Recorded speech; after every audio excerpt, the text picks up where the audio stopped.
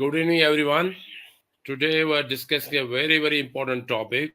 It is my privilege to introduce the worthy speaker for today's talk, Dr. Supratik Bhattacharyya, who is a very highly accomplished endocrinologist and diabetologist with distinguished academic background, MBBS, MD, MRCP, FRCP, and so many other qualifications, and over 30 publications in very reputed journals. He also holds editorial positions and actively participates in research. Many of them are clinical trials, phase 3, phase 4 studies.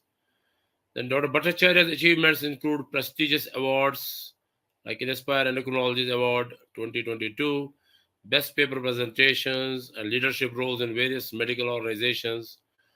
He is a founder of AMOC, conference speaker and organizing chair. He has been of many conferences.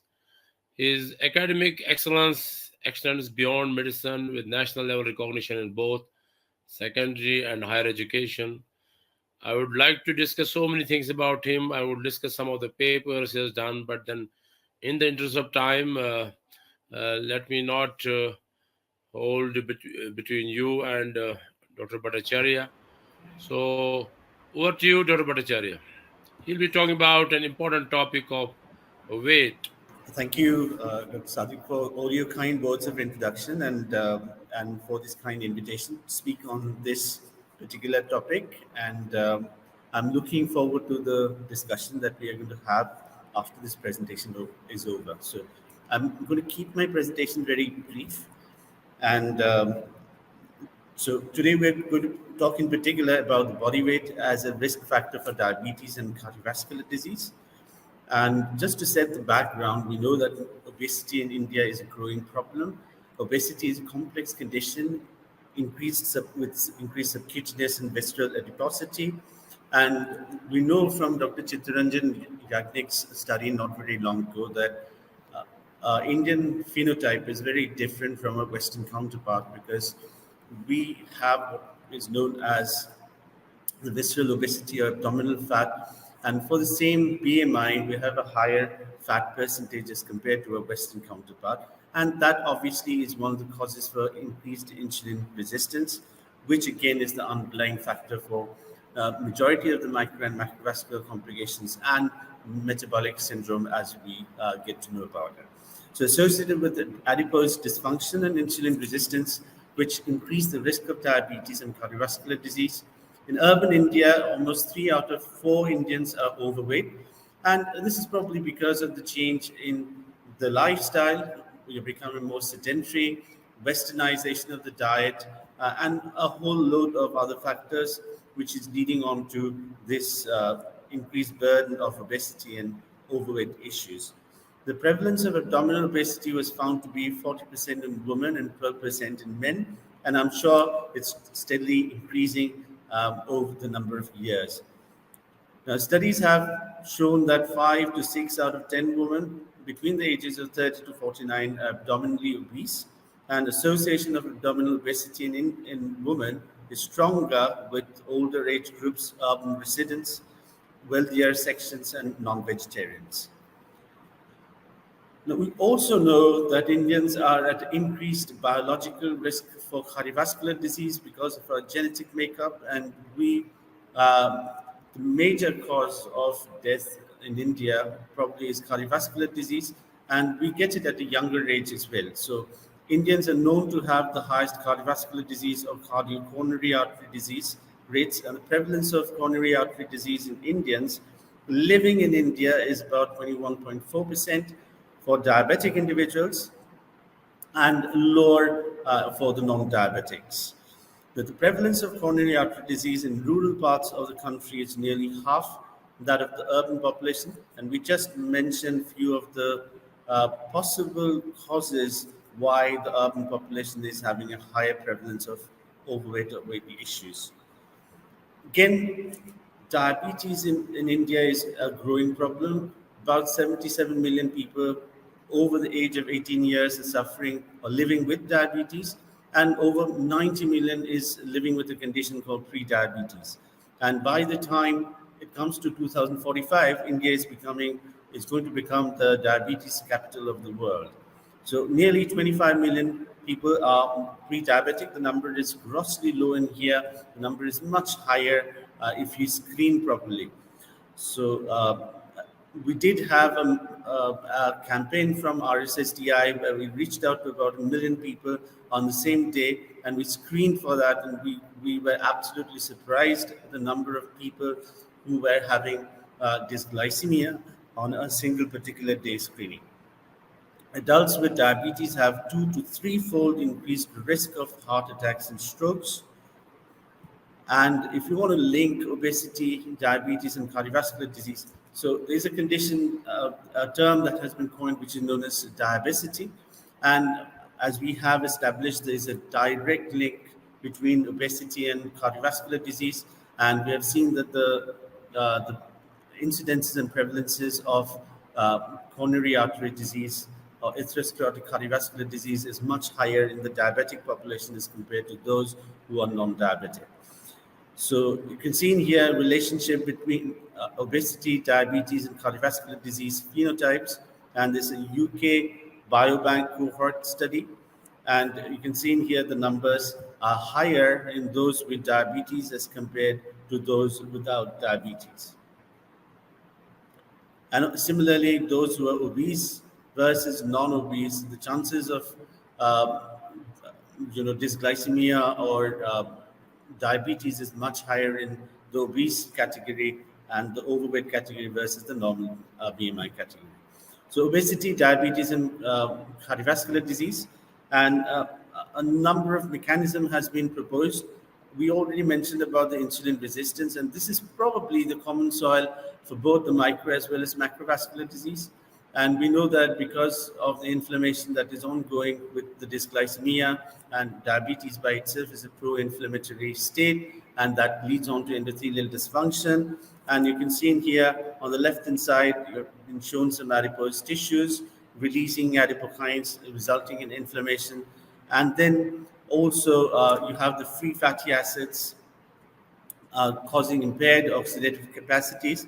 There are certain aggravating factors, for example, aging, chronic disease, immobilization, inactivity, excess lipid intake, carbohydrate intake, for that matter. All of these would lead on to increased pro-inflammatory state, and also it will get in the way of the oxidation. So impaired oxidative capacities, reactive oxygen species being made, accumulation of lipid derivatives leading on to lipotoxicity.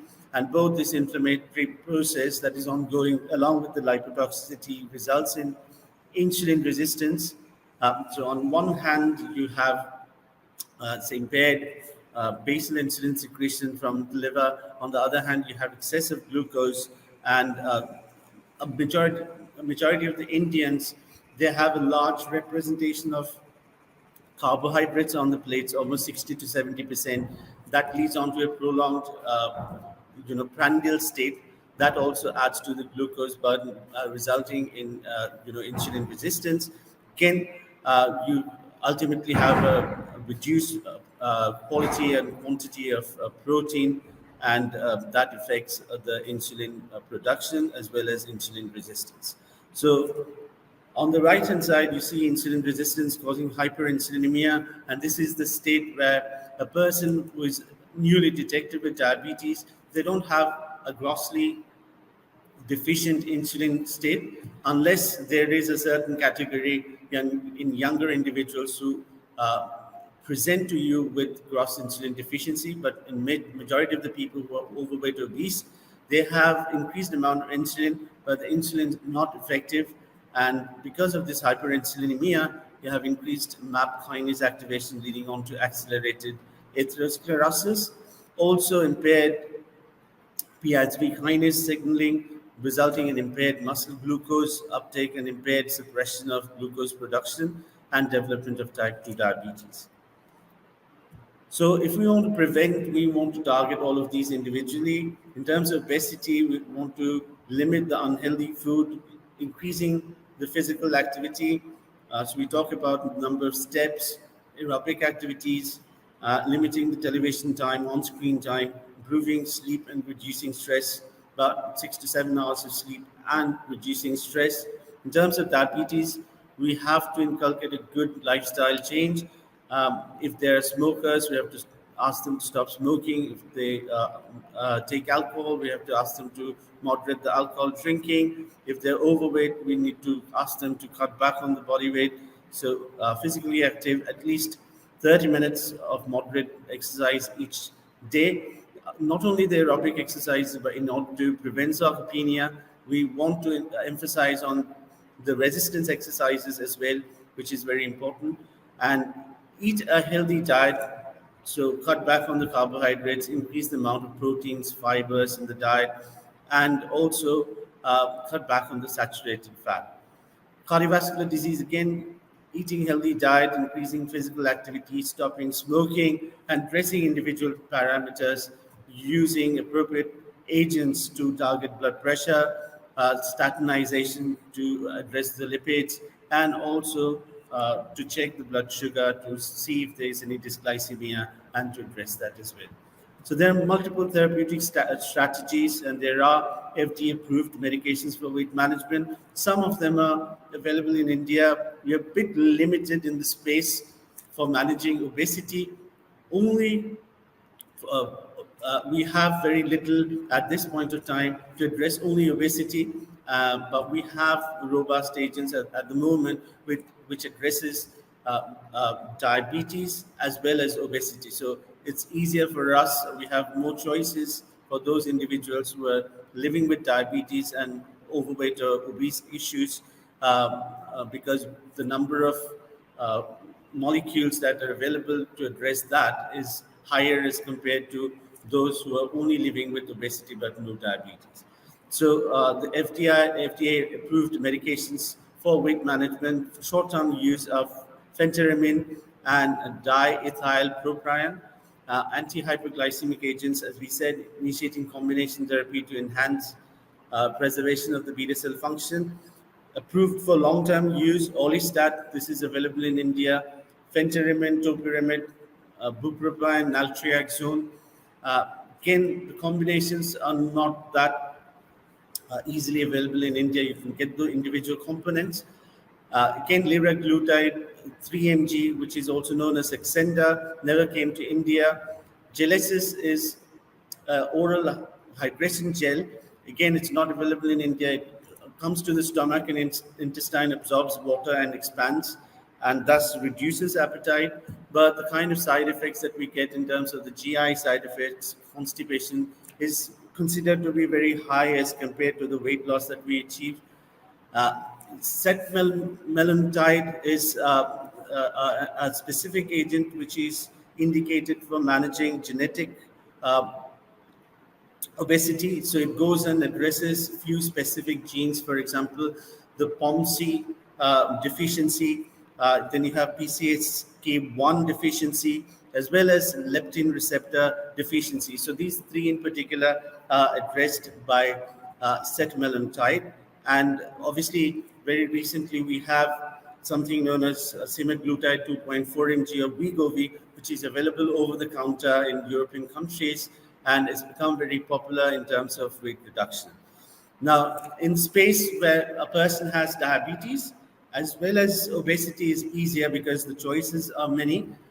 We do have SGLT2 inhibitors, we have the GLP-1 receptor analogs, we have a combination of GLP and GIP, which is going to soon come to India, and then we are expecting a few other molecules or the combination of molecules with the GLP-1 receptor analogs, uh, like with the amylin precursors, uh, like cagri-sema, which has the potency to bring down the body weight by almost 30%, which matches that of a bariatric surgery. So we do have a lot of interesting research that is going on in this space, and we're looking forward to the molecules that are going to come to India within the next couple of years or so.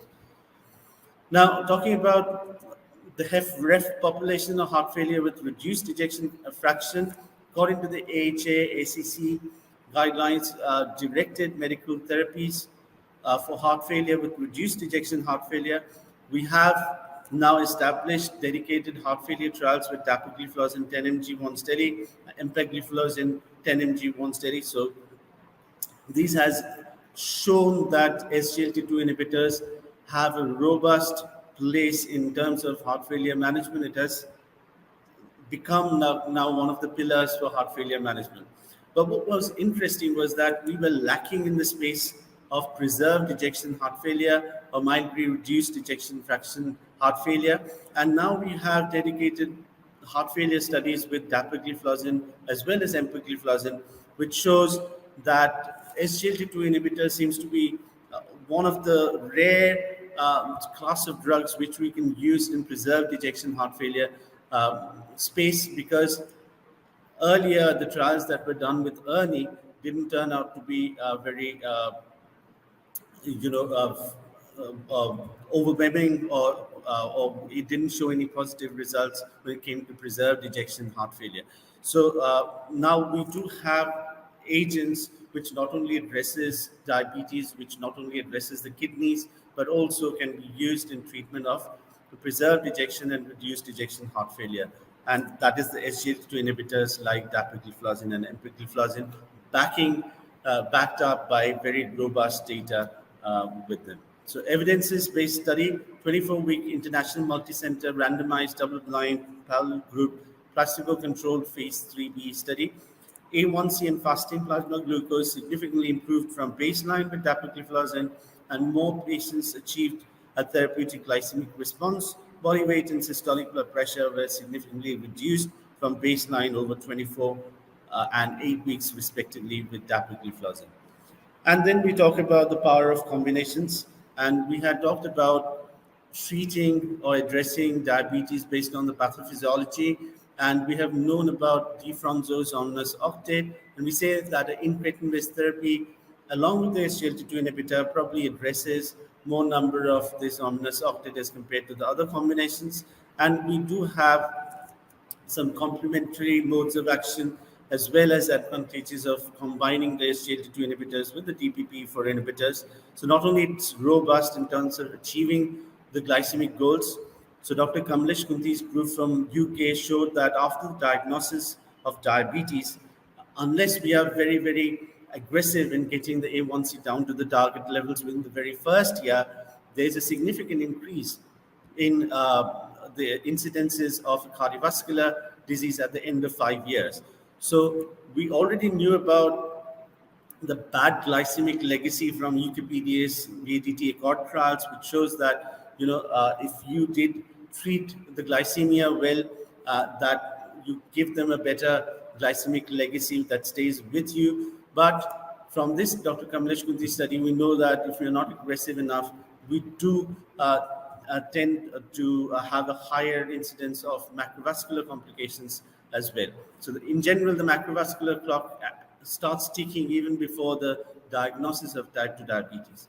So advantages of the combination, it improves both insulin resistance and functioning beta cells. One increases the glucagon. DPP4 inhibitors, on the other hand, reduces the glucagon. DPP4 inhibitors boosts the endogenous GLP-1 by acting on the DPP4 inhibitors. DPP4 enzyme in general goes and destroys the endogenous incretins which are released from the L cells, and this is inhibited by the DPP4 inhibitors, and that increases or prolongs the action of endogenous incretins.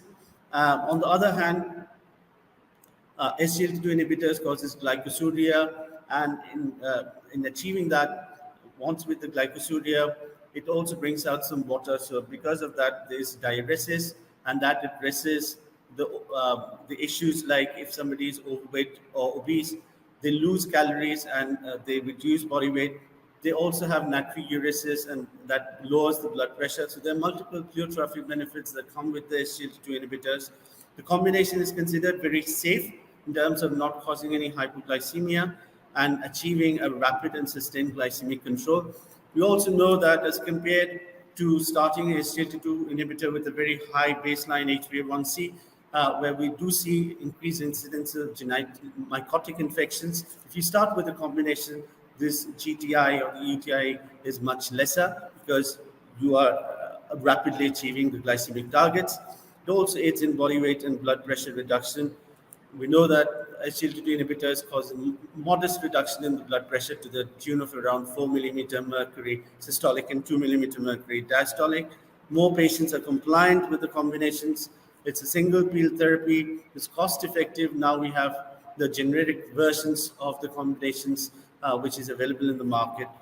And lastly, I wanted to share with us the first study, real world study that we conducted with our group, which was a multicentric trial with the oral semaglutide. So the first study on oral semaglutide, which showed that the results coming in from the real world was very similar to the pioneers studies, and there was a robust drop in the A1C from the baseline by almost 2%, and there was also a robust drop in the body weight of around 5 kilos from the baseline. So we are having multiple real world studies, and it's always good to see when the real world data matches that of the RCTs, because it's always assuring for us.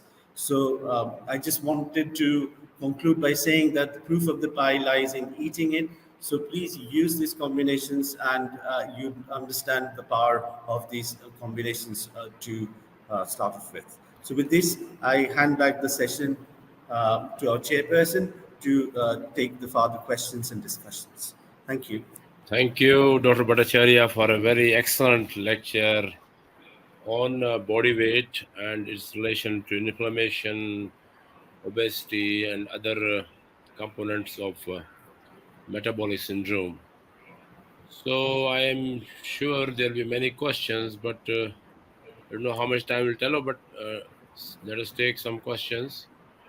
The first question is about inflammation. So, how does inflammation linked to excess body weight contribute to developing diabetes and heart disease? You do touch it, but maybe just to take home message on this, a brief reply would be sufficient. Yeah, so I think we had briefly touched upon the issue that this pro-inflammatory state, you know, and production of reactive oxygen species, all of these adds up. And one of the underlying factors that we had talked about, and which is especially relevant in Indian context, is the matter of insulin resistance. And that would be the underlying factor for the metabolic syndrome, so as to say. So whether it's the diabetic dyslipidemia, obesity, whether it's the dysglycemia that we are talking about. So all of these will be at the common soil would be the insulin resistance and the pro-inflammatory state. Excuse me. So, there are many these profiles of obesity-related metabolic profiles.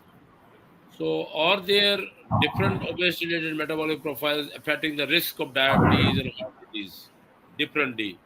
Some profiles affecting diabetes risk, some heart disease, some both, or some do not have the risk.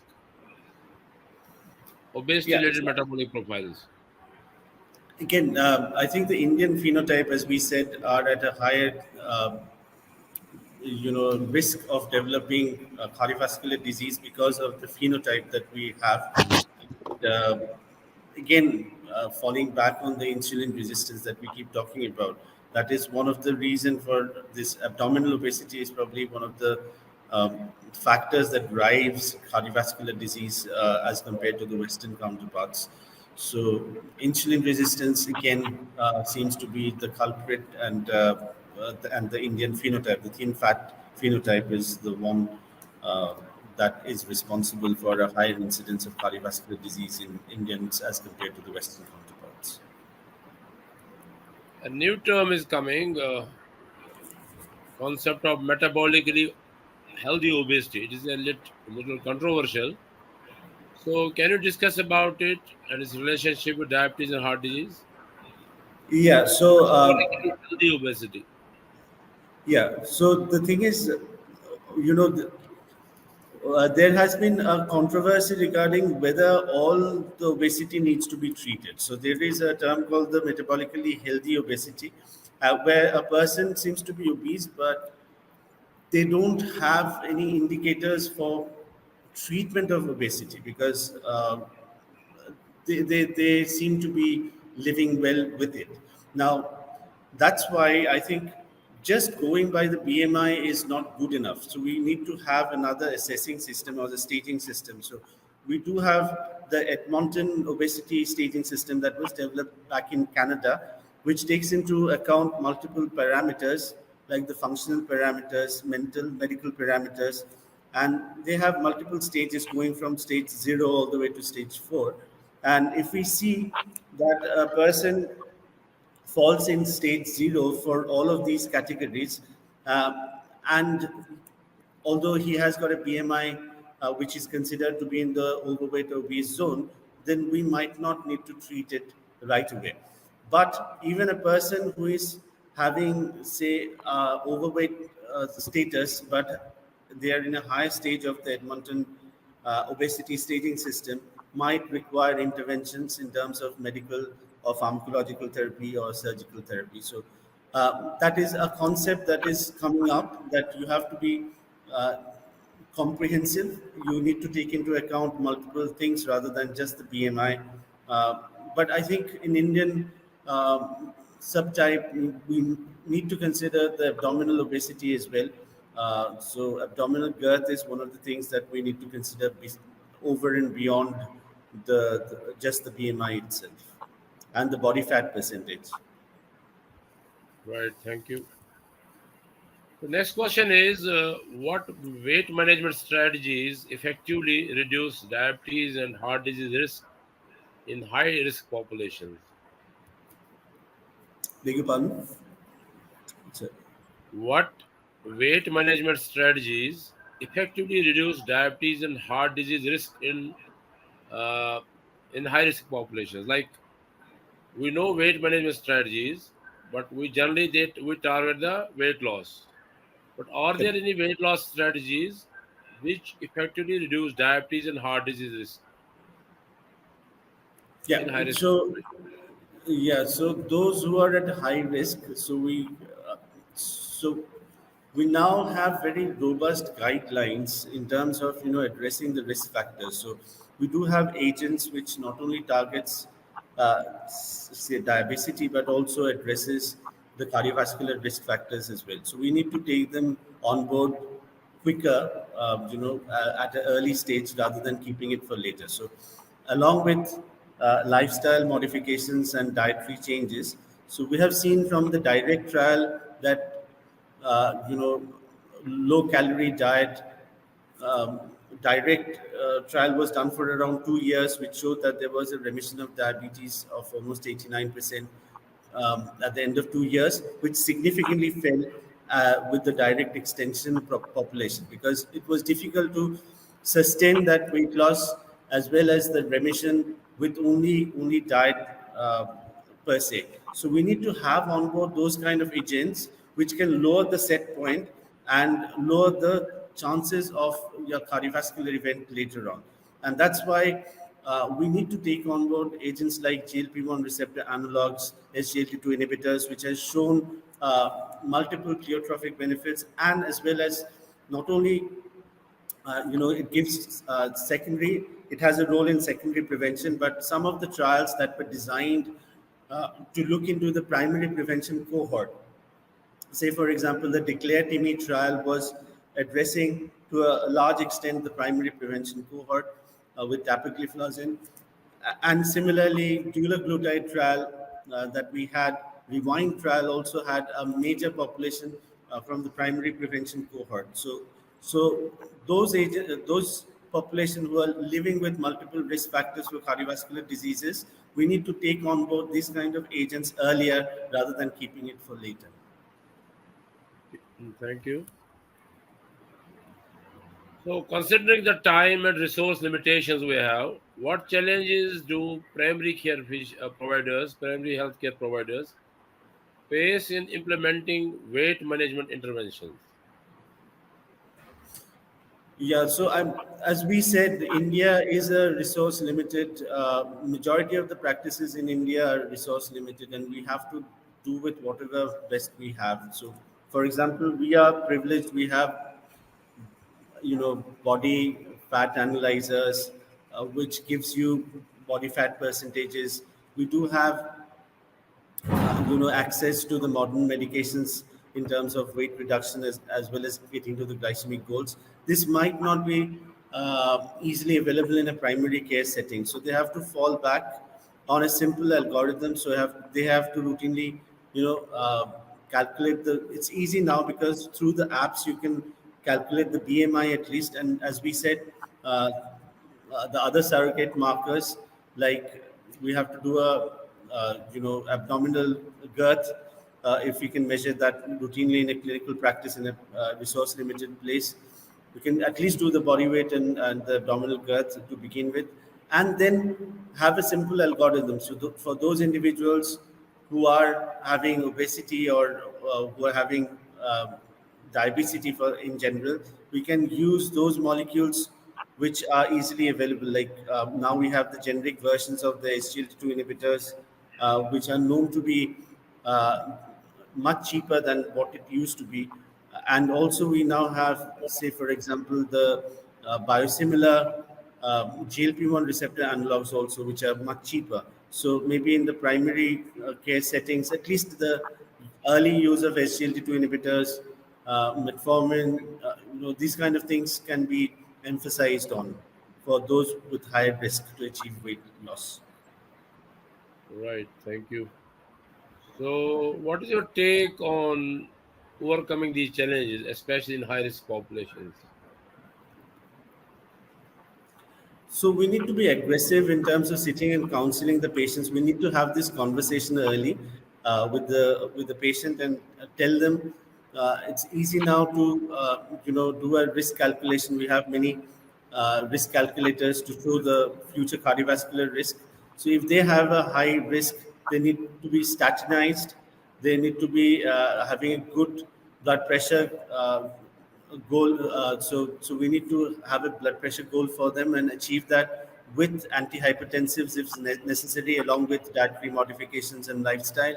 Along with that, we need to address the dysglycemia with the appropriate agents that we had been talking about, which not only addresses the glycemia but also gives you a cardiovascular protection. Right. Thank you. So, can you explain how advanced imaging techniques like MRI, spectroscopy, and PET scans enhance our understanding of the impact of body weight on diabetes and heart health? So we are using this. So, for example, we use FIB4 scoring, we use DEXA scanning, we use MRI to look at the body fat in appropriate populations. Again, it's difficult in resource limited settings in India in majority of the places, but in tertiary care centers, we do look at the body fat with DEXA or MRI, and then we intervene accordingly. So, because of academic interests, many of the institutions, they're using this MRI or the DEXA machines, but at least we know, we can use, many of the centers do use fibroscan after a FIFO scoring to address the issues of fatty muscle. For example, muscle is a newer term that we use, which used to be called non-alcoholic fatty liver diseases. And I think we need to screen for this. We need to be very proactive in terms of asking the right questions, getting a robust history, and also getting this FIFO score done on a routine basis, and then doing the scan if necessary to identify fatty liver. Because not only these fatty changes are bad for the liver, but they also have an implication on the heart as well. Similarly, we can routinely screen for the ACR, or the albumin creatinine ratio, and the higher albumin creatinine ratio, say micro or macroalbuminuria, is not only a risk factor for the kidney, but also they can uh, be a risk marker for a future cardiovascular event as well. Thank you. So, how can primary care physicians address cultural and socio-economic barriers, which are additional challenges we have, that may hinder patients' ability to engage in weight management and lower their risk of diabetes and heart disease? So, challenges in terms of socio-economic barriers that hinder Uh, patients' ability to weight manage. So, I mean, this is a big issue, like there are multiple concepts or, beliefs uh, that get in the way of, counseling the patient, or they have a certain food habit which is very, very difficult to change, like, so if you suggest something which is radically different from their eating pattern, I think that is not going to be well taken. So we need to understand that, and we need to, adjust in such a way that it simulates, or it is very close to whatever dietary pattern or lifestyle that they are usually used to in general. So you need to have a good team. So sometimes the physicians are very busy; they don't have the time to counsel each and every patient. So that's where you need a team of counselors who sit with the patient and they talk to them about minor adjustments in terms of, carbohydrate limitations, following the same dietary pattern, and also the kind of feasible lifestyle and lifestyle changes that they can adapt, as well as in general, if they're sedentary, we need to introduce a some sort of an exercise regime in terms of aerobic exercises. And we did mention about the sarcopenia issue, which is common with the diabetic patients. So we need to have some amount of resistance exercises as well for them. Thank you. Last but one question. How can primary care physicians effectively communicate to the risks of obesity, diabetes, and heart disease to patients in a way that motivates behavior change? Communicating the risk of obesity related diabetes and heart disease to patients. How do they communicate with the patients? Yeah, This yeah. is How do they effectively communicate so that they feel motivated for the behavior change? Because ultimately it involves a behavior change, and absolutely. we have so So many challenges. So as I say, I mean it's never a easy task, and especially for a primary care physician who is probably going to cater to a huge number of patients. They must be seeing much more patients than we usually do in the cities, and so to have an individual conversation with the patient might be a challenge. But somehow I think they have a better understanding of their socioeconomic status, and I think that goes a long way. So you need to have that conversation, understanding the patient, not being condescending. So you can't tell them what to do. So you need to take them, take their opinions as well, and you have to ask them to be on your team. So it's you have to explain to them, the way I do is that it's going to be a team effort where me, you, and my counselors are going to be part of the team, and we are going to work with you in terms of the challenges that you're going to face on your day-to-day life, and keep communicating with us, because it's not going to be a one big leap. We're going to take small steps to achieve whatever goals we have in mind. So I think that is a more realistic way to go forward, rather than making major lifestyle changes or major dietary modifications. Right. Thank you. The last question. When we present data, it is all from cohort studies, but there are some limitations. So, do you agree there are any limitations cohort studies linking body weight, CVD, and diabetes, such as underrepresentation of the certain patient groups, such as women, and how can these limitations be addressed? Then we Yeah, have so as cohort we studies said, which lack some of the basic things so, which you like to know about certain populations like yeah. underprivileged, women, other things. So as we say, like we had been talking about complementing the RCTs along with the real world studies. So this is very, very important. So there are going to be lacuna, there are going to be some gray areas where the data is going to be deficient, or so that has to be complemented with the real world studies. So we can address those areas by having a robust real world study to look into those aspects. So if we feel that in a particular randomized controlled trial, a particular subset of population has been underrepresented, maybe we can take that up as a real world study and generate data in that regard. Thank you. That was the last question. Thank you very much for beautifully explaining all the aspects related to weight management in the given time. So with that, I hand over the mic to back to the organizers and also the screen. Uh, I'm So sure. before that, I want to thank you, Dr. Masoodi, for conducting this particular interview so nicely, and I think hopefully this session would have been value adding for those who had been listening to us. And I want you to give your take on obesity, maybe in a single sentence, to wrap things up in general. I think this is the biggest challenge we have. Whatever diseases we talk, be it diabetes, be it heart disease, be it cancer, the basic link, currently link is obesity, and that is related to our lifestyle. People have to understand that this is a chronic disease. Most of the people look for shortcuts. This is a chronic disease. Whatever we do, whether we do lifestyle changes or whether we want to go for any other modifications, this has to be lifelong. So unless people understand that this is a chronic disease and this is going to stay, whatever factors we have, whether it is genetic or whether it is environmental, they are there. They are not going to change. So people usually look for shortcuts. There's no shortcut in this. So you have to accept it as a limitation of the modern lifestyle, so-called civilization, modernization, and this is the limitation. So we have to accept it and accordingly address.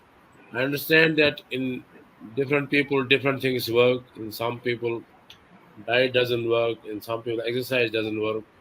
But perseverance is the key. You have to be consistent. Then only you will get the desired results. And because initially there are no symptoms, unless you look for it, you will not find it. Whether it is heart disease, blood pressure, kidney disease, liver disease, fatty liver disease, uric acid, all things, women, PCOS, OSA, unless you look for these things, you will not know it. So is a mammoth of a problem, is an epidemic, is a global epidemic, and this is a kind of malnutrition, and we have to address it. The sooner we address it, better it is. Absolutely. Thank you so much.